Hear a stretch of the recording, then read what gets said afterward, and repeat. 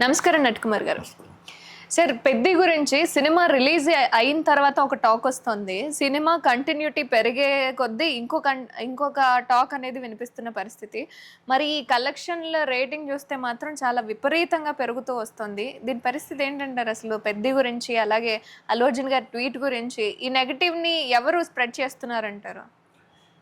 ఇప్పుడు నెగిటివ్ని ఎవరు చేస్తున్నారు అనేది పక్కన పెడితే, హ్మ్. సినిమాని ఎన్ని కుట్రలు కుతంత్రాలు చేసినా కంటెంట్ బాగుంటే ప్రేక్షకుడు సినిమా చూడకుండా ఉండడు.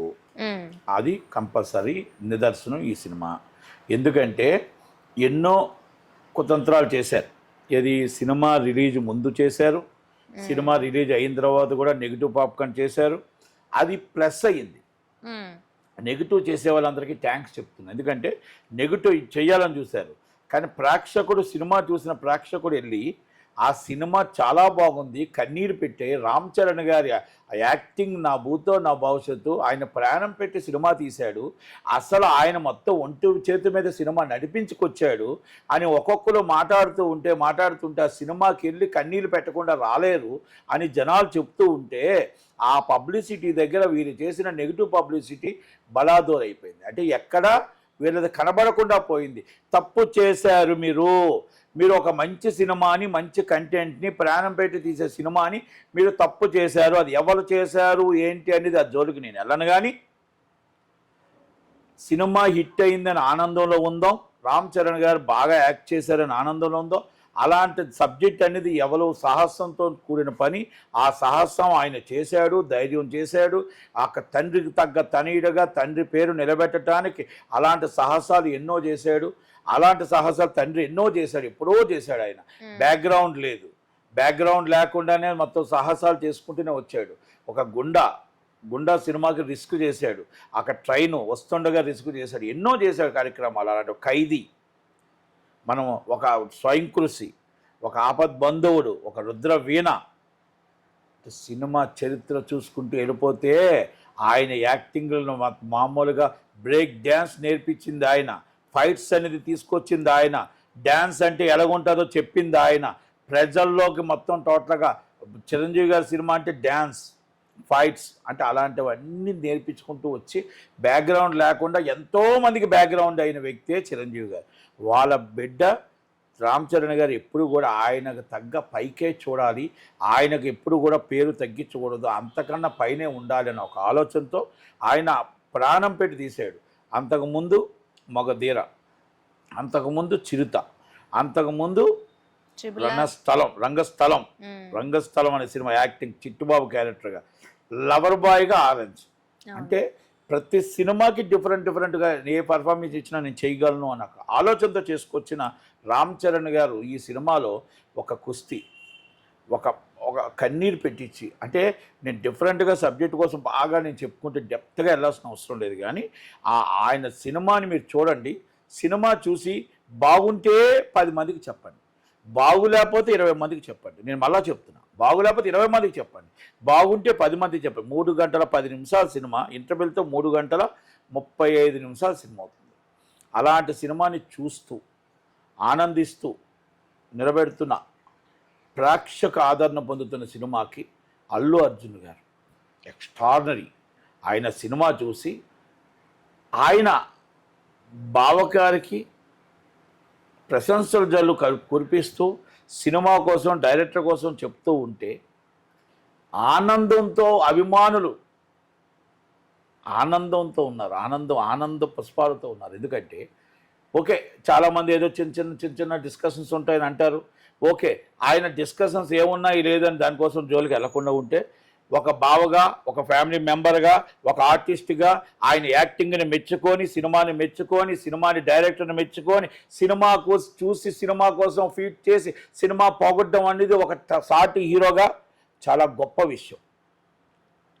అందుకే ఆయనకి అభినందనలు తెలియజేస్తూ, అలాగే ప్రతి హీరో కూడా అందరూ కూడా మొత్తం టోటల్గా తక్కువ వాళ్ళందరూ కూడా అభినందనలు తెలియచేయాలి. అలాగే బాగున్నప్పుడు సినిమా చూసి ప్రశంసలు చేయాలి. చాలామంది ఈ సినిమా చూసిన వాళ్ళు ఎవరు కూడా ఏది చెప్పలేదు, చాలామంది అనేది బాధ ఉంది. అది చిరంజీవి గారు ఒక్కరు తప్ప, ఫ్యామిలీ మెంబర్ తప్ప బయట వాళ్ళు ఎవరు కూడా పెద్దగా రెస్పాన్స్ ఇవ్వలేదు, పెద్దగా చెప్పలేదు. జగత్ బాబు గారి క్యారెక్టర్ అద్భుతంగా చేశాడు. అలాగే మొత్తం టోటల్గా జాన్వీ కపూర్ గారు క్యారెక్టర్ చాలా బాగా చేసింది ఆమె. అలాగే చిరంజీవి గారు, మన రామ్ చరణ్ గారు అయితే అసలు ప్రాణం పెట్టి సినిమాని 3 గంటల 10 నిమిషాలు నడిపించేసాడు సినిమాని. అంటే జాన్వి గారి క్యారెక్టర్ మీద చాలా విమర్శలు వస్తున్నాయి సార్. కొంచెం ఎక్స్పోజింగ్ కోసం మాత్రమే క్యారెక్టర్ వాడుకున్నారు అంటున్నారు. మా సినిమా డైరెక్టరు కథలో ఏముంటుందో ఆ కథ నడుస్తుంది, ఆ కథలో ఏం జరుగుతుందో అదే ఉంటుంది తప్ప మన 2.5 గంటలు సినిమానే చూడాలి తప్ప మీరు అమ్మాయిని చూస్తే ఎలా చెప్పండి. అక్కడ అమ్మాయి సినిమా అనేది చూడాలి, ఎక్స్పోజింగ్ ఉంది లేకపోతే ఇంకోటి ఉంది. బట్ సాంగ్స్లో కంపల్సరీ కొంచెం కొన్నిప్పుడు సినిమా సబ్జెక్ట్ బట్టి మనం వెళ్ళాలి. మనం ఏది మాట్లాడినా ఏం చేసినా మనం 2.5-3 గంటలు సినిమా ఆ హీరోయిన్ అయినా హీరో అయినా మనం నిజ జీవితంలో ఫైట్లు చేయగలమా? నిజ జీవితంలో పైనుంచి దూకిగలమా? నిజ జీవితంలో మొత్తం టోటల్గా హీరోయిన్ వచ్చి ఇప్పుడు అక్కడ మ్యారేజ్లు అవుతుంటాయి, అంటే డమ్మీ పెళ్ళి అవుద్ది. అలాగే మొత్తం చోట్ల సినిమాలు అన్నింటిలో తాళి కడతారు. అందరూ భార్యలు అయిపోతారా? చెల్లుళ్ళు అయిపోతారా? కాదు. 3 గంటల దాకా సినిమా మాత్రమే. అందుకే ఎంటర్టైన్మెంట్ మాత్రమే. సన్నివేశాలన్నీ కూడా కల్పితాలే. ఎంటర్టైన్మెంట్ అంటే ప్రజల్ని ఎంటర్టైన్మెంట్ చేయడం కోసం చిన్నప్పుడు నాటకాలు ఉండేవి కదా, అన్నీ కూడా ఎంటర్టైన్మెంట్ మాత్రమే. కనుక దాన్ని మనం అక్కడ ఎక్స్పోజింగ్ చేశారు లేకపోతే ఇంకోటి కాదు, ఒక కోణంలో చూడకుండా ఒక సినిమా అనే కోణంలో చూడాలి, యాక్టింగ్ అనే కోణంలో చూడాలి, ఆలోచనతో చూడాలి. అంతే తప్ప మనం ఎవరు ఎక్స్పోజ్ చేస్తే ఆ ఎక్స్పోజింగ్ అంటే ఒక్కొక్కళ్ళు ఒక్కొక్కలాగా ఉంటాయి. ఒక్కొక్కరు ఆలోచన ఒక్కొక్కలాగా ఉంటుంది. ఒకరు భార్యగా చూస్తారు, ఒకరు భర్త భార్యగా చూస్తారు, ఒకరు చెల్లిగా చూస్తారు, ఒకరు అక్కగా చూస్తారు, ఒకరు అమ్మగా చూస్తారు, ఒకరు వచ్చి ఇంకో వేరే విధంగా చూస్తారు. ఒక్కొక్క డిఫరెంట్ ఒక్కొక్కటి ఉంటుంది. ఒక్కొక్క కళ్ళు అన్ని కళ్ళు ఒకలాగా ఉండవు కదా. కనుక దాన్ని మనం పెద్దగా పట్టించుకోకూడదు. యాక్టింగ్ ఎలాగుంది, సినిమా ఎలాగుంది, సీన్ టు సీన్ ఎలాగుంది, ఆ సీన్లు మొత్తం తోట 3 గంటల 10 నిమిషాలు సినిమా ఎలాగుంది, సినిమాని మనం ఆ సినిమాని ఎంత హైలైట్ అవ్వడానికి రోజు రోజుకి కలెక్షన్ పెరగడానికి ప్రజల ఆదరణ పొందటానికి ఎంత దాకా ఉందనేది మనం చూడాలి. రామ్ చరణ్ గారు కన్నీరు పెట్టించారు. థియేటర్ కాడికి వెళ్తే కన్నీరు పెడతారు, బయటికి రాకుండా కన్నీరు పెట్టకుండా బయటికి రాదు. అంత ప్రాణం పెట్టి సినిమా తీశాడు. అది ఎవరికి రాదు అది. అందుకే అన్నాను, నేషనల్ వేడిగా నేషనల్ అవార్డ్స్ అన్నీ కూడా రామ్ చరణ్ గారివే పెద్దవే. నేషనల్ హీరోగా అవార్డు వస్తుంది, నంది అవార్డ్స్ వస్తాయి, అలాగే మీకు గద్దర్ అవార్డ్స్ వస్తాయి. ఏ అవార్డ్స్ ఉన్నా కూడా ఈ సినిమాకి అవార్డ్స్ అనేది మన అప్లికేషన్ పెడితే చాలు. అప్లికేషన్ పెద్ది అనే సినిమా అప్లికేషన్ పెడితే అవార్డ్స్ వస్తాయి.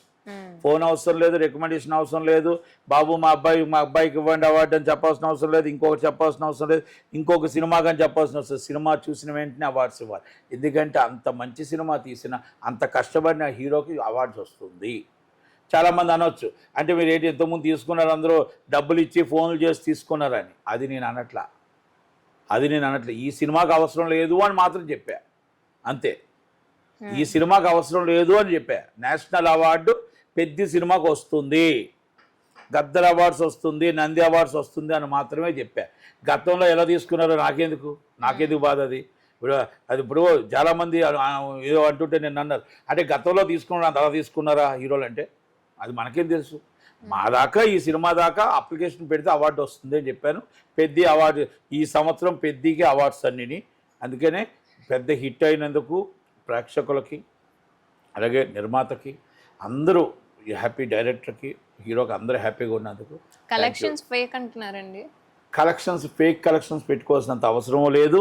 కలెక్షన్స్లో A class, B class, C class ఎక్కడ చూసినా మనం టికెట్లు ఇచ్చి తీసుకుని ఒరిజినల్ కలెక్షన్స్ తప్ప ఫేక్ కలెక్షన్స్ పెట్టుకోవాల్సినంత అవసరం లేదు. ఫేక్ కలెక్షన్ చెప్పుకోవాల్సినంత అవసరం లేదు. అది రామ్ చరణ్ గారికి నచ్చదు, చిరంజీవి గారికి నచ్చదు. 415 కోట్లు చిరంజీవి గారికి వరప్రసాద్ చేస్తే ఆయనకి ఆ కలెక్షనే తెలియదు. 415 కోట్ల అని అంటే మళ్ళీ నేనే చెప్పాల్సి వచ్చింది. అంటే ఎంత కలెక్షన్ వస్తుంది కాదు, మనం మంచి సినిమా చేసామా, డైరెక్టర్ హ్యాపీయా, నిర్మాత హ్యాపీయా అని కొనిదెల ఫ్యామిలీ అయ్యో ఆలోచిస్తే వాళ్ళందరూ డిస్ట్రిబ్యూటర్ లాభం పొందుతున్నారా, ఎగ్జిబ్యూటర్ లాభం పొందుతున్నాడా, మా వల్ల కుటుంబంలో ఎవరికి ఏ నష్టం లేదు కదా, ఏ ఇబ్బందులు కలగట్లేదు కదా, మేము సినిమా తీసినందుకు హ్యాపీ కదా అని ఆలోచిస్తారే తప్ప ఫేక్ కలెక్షన్స్ పెట్టి వీళ్ళని మరి టోటల్గా పెట్టి దాంట్లో ఇచ్చుకునే కొనిదెల ఫ్యామిలీ కాదు, అవదు, రాబోదు. కనుక ఇది మళ్ళా అందరికీ రిపీట్ చేస్తున్నా. కొనిదెల ఫ్యామిలీకి నిజంగా చెక్ ఇవ్వడం తెలుసు, కొనిదెల ఫ్యామిలీకి నిజంగా దానం చేయడం తెలుసు, సహాయం చేయడం తెలుసు. అంతే తప్ప ఏది ఏమైనా ఇలాంటి ఫేక్ అనేది కొనిదెల ఫ్యామిలీ చరిత్రలో లేదు. కాబట్టి పెద్ద cinema super duper hit and happy, అందరూ happy. Thank you very much.